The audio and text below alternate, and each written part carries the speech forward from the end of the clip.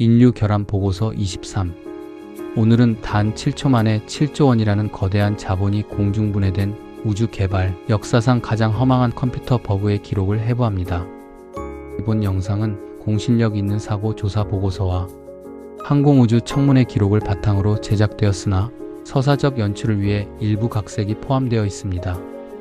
1990년대 초 유럽 우주국 ESA는 전 세계 상업용 위성 발사 시장의 절반 이상을 장악하며 우주 인프라 산업의 절대 강자로 군림하고 있었습니다. 그 중심에는 수십 번의 발사를 완벽하게 성공시키며 글로벌 신뢰성의 대명사로 자리 잡은 전설적인 로켓 아리안 4호가 있었습니다. 하지만 미국과 러시아 등 경쟁국들이 더 무거운 대형 위성을 쏘아 올릴 수 있는 차세대 발사체 개발에 박차를 가하자 유럽의 성벽에도 위기감이 감돌았습니다. 시장의 주도권을 통째로 빼앗길 수 없었던 ESA는 기존 아리안 4호를 개조하는 수준을 넘어 아예 바닥부터 완전히 새로운 로켓을 설계하기로 결정합니다.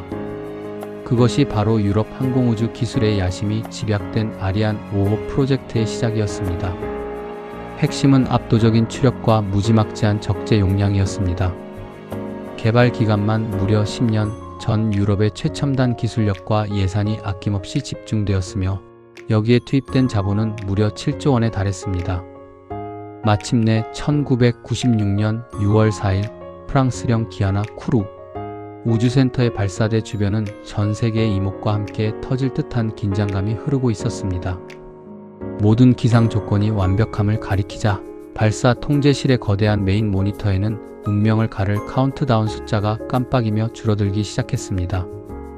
카운트다운이 마침내 제로에 도달한 순간 아리안 5호의 거대한 메인 엔진인 벌칸이 대지를 뒤흔드는 엄청난 굉음과 함께 점화되었습니다.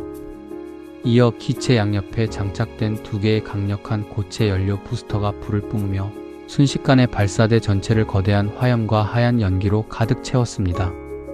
지면을 강타하는 거대한 충격파를 뒤로 한 채 700톤이 넘는 이 거대한 강철 실린더는 중력을 거스르며 하늘을 향해 천천히 떠오르기 시작했습니다.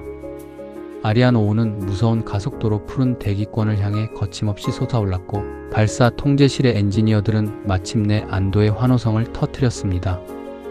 이륙 후 수십 초 동안 로켓은 컴퓨터에 입력된 비행 궤적을 자로 잰 듯 정확하게 추적하며 아무런 문제 없이 순항하는 것처럼 보였습니다. 하지만 비극의 서막이 전 세계 언론의 카메라 구도 안으로 들어오기까지는 그리 오랜 시간이 필요하지 않았습니다. 이륙 후 고작 37초가 지났을 무렵이었습니다. 정상적으로 직진 비행을 하던 아리안 5호가 허공에서 갑자기 중심을 잃고 기괴하게 옆으로 방향을 틀며 비틀거리기 시작했습니다. 메인 컴퓨터의 통제력을 상실한 동체는 음속을 돌파하는 초고속 비행 상태에서 발생하는 무자비한 공기 저항을 정면으로 엇맞았습니다. 가속도와 물리적인 압박을 견디지 못한 거대한 고체 부스터와 주 동체의 연결 부위에 치명적인 균열이 발생하며 찢어지기 시작했습니다. 기체가 공중에서 완전히 부서지기 직전 지상의 통제실과 내부 자동 안전 시스템에 의해 결국 자폭 명령이 떨어졌고 로켓은 거대한 화염으로 변해버렸습니다. 불과 7초 만에 벌어진 일이었습니다. 하늘에는 검은 연기만이 남았고 지상의 통제소에는 비명조차 나오지 않는 무거운 정적이 흘렀습니다. 유럽의 자부심이었던 7조 원의 거대한 자본과 10년의 노력이 한순간에 타버린 잔해와 함께 기아나의 앞바다로 쏟아져 내렸습니다. 감사관인 저는 이 참혹한 실패의 현장으로 즉각 로그를 확장했습니다. 도대체 어떤 치명적인 하드웨어 결함이 이런 재앙을 불렀는지 밝혀내야 했습니다. 사고조사위원회가 가동되었고 바닷속에서 인양된 로켓의 파편들과 비행, 데이터 기록 장치에 대한 정밀 감찰이 시작되었습니다. 처음에는 누구나 엔진의 오작동이나 연료 개통의 심각한 결함을 의심했습니다. 하지만 조사 결과는 모두를 다시 한번 경악하게 만들었습니다. 놀랍게도 인양된 하드웨어와 기계 장치들은 마지막 순간까지 설계된 그대로 완벽하게 작동하고 있었습니다. 기계에는 죄가 없었습니다. 비극의 원인은 기계 덩어리가 아닌 그 기계를 움직이는 보이지 않는 두뇌, 바로 시스템 내부의 코드 속에 숨어 있었습니다. 범인은 현대 소프트웨어 공학에서 가장 기초적이면서도 치명적인 실수인 데이터 타입 변환 오류 데이터 컨버전 에러였습니다. 아리안 5의 주 컴퓨터는 비행 중 로켓의 수평, 관성 속도를 나타내는 데이터를 실시간으로 연산하고 있었습니다. 문제는 이 데이터를 처리하는 방식에 있었습니다. 시스템은 소수점까지 정밀하게 표현되는 64비트 실수 플로트 데이터를 사용하고 있었죠. 그런데 특정 연산 과정에서 이 정밀한 64비트 데이터를 소수점이 없는 훨씬 좁은 16비트 정수 인터저 데이터 공간으로 강제로 구겨 넣으려 시도했습니다. 이것은 거대한 덤프트럭에 실린 짐을 아주 작은 오토바이의 바구니에 한꺼번에 옮기려 한 것과 같은 무모한 시도였습니다. 이전 모델인 아리안 4호에서는 로켓의 속도가 그리 빠르지 않았기에 16비트라는 좁은 바구니로도 데이터를 담아내는 데 문제가 없었습니다. 하지만 아리안 5호는 달랐습니다. 훨씬 더 강력한 추진력을 가진 이 로켓은 이륙 직후 엄청난 속도로 가속하며 데이터의 수치를 폭발적으로 키웠습니다. 이륙 후 36초가 지났을 때 수평 속도 데이터는 16비트, 정수형이 감당할 수 있는 최대 한계치인 32,767을 가볍게 돌파해버렸습니다. 허용된 용량을 초과하는 순간 숫자가 넘쳐버리는 이른바 정수 오버플로우 인터저 오버플로우 현상이 발생했습니다. 연산의 임계치를 넘어버린 시스템은 순식간에 마비되었고 컴퓨터 모니터에는 비행 정보 대신 의미 없는 오류 신호만이 가득 찼습니다. 더욱 비극적인 것은 시스템이 이 오류 신호를 실제 비행 데이터로 오인했다는 점입니다. 잘못된 데이터에 속은 주 컴퓨터는 로켓이 정상 경로를 크게 벗어났다고 판단했고 이를 바로잡기 위해 엔진의 방향을 급격하게 꺾으라는 명령을 내립니다. 음속으로 날아가던 로켓이 갑자기 기술을 틀자 공기역학적 한계를 넘어선 동체는 종이장처럼 찢겨나가며 폭발로 이어진 것입니다. 하지만 조사 과정에서 드러난 진짜 충격적인 사실은 이 파멸을 부른 소프트웨어 기능이 아리안 5호의 비행에는 단 1초도 필요 없는 유령 시스템이었다는 점입니다. 그것은 이전 모델인 아리안 4호에서 발사 전 지상에 대기하는 동안 기체의 관성 항법 장치를 정렬하기 위해 쓰던 기능으로 이륙 후에는 아무런 쓸모가 없었습니다. 원래 설계대로라면 이륙 직전에 꺼졌어야 했지만 개발자들은 혹시 모를 예외 상황에 대비한다는 명목으로 이 불필요한 기능을 발사 후 40초 동안이나 계속 켜두도록 방치했습니다. 이미 완성된 코드 한 줄을 수정하거나 삭제하는 것에 따른 사이드 이펙트를 검증하는 것이 귀찮았거나 과거에 문제 없었으니 이번에도 괜찮겠지라는 안일함이 지배했던 것입니다. 이 지점에서 현대 품질 보증 QA 공학의 핵심 대원칙인 죽은 코드 제거 데드 코드 일리머네이션과 새 환경에 대한 적합성 검증이 완전하게 누락되었습니다.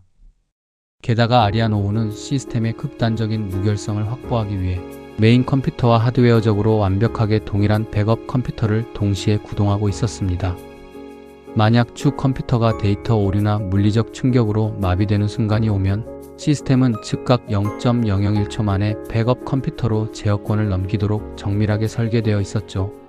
하지만 황당하게도 이 두 컴퓨터의 독립성을 보장해야 할 백업 시스템 역시 주 컴퓨터와 완전히 똑같은 아리안 4호의 결함 코드를 그대로 복사해서 붙여넣은 상태였습니다.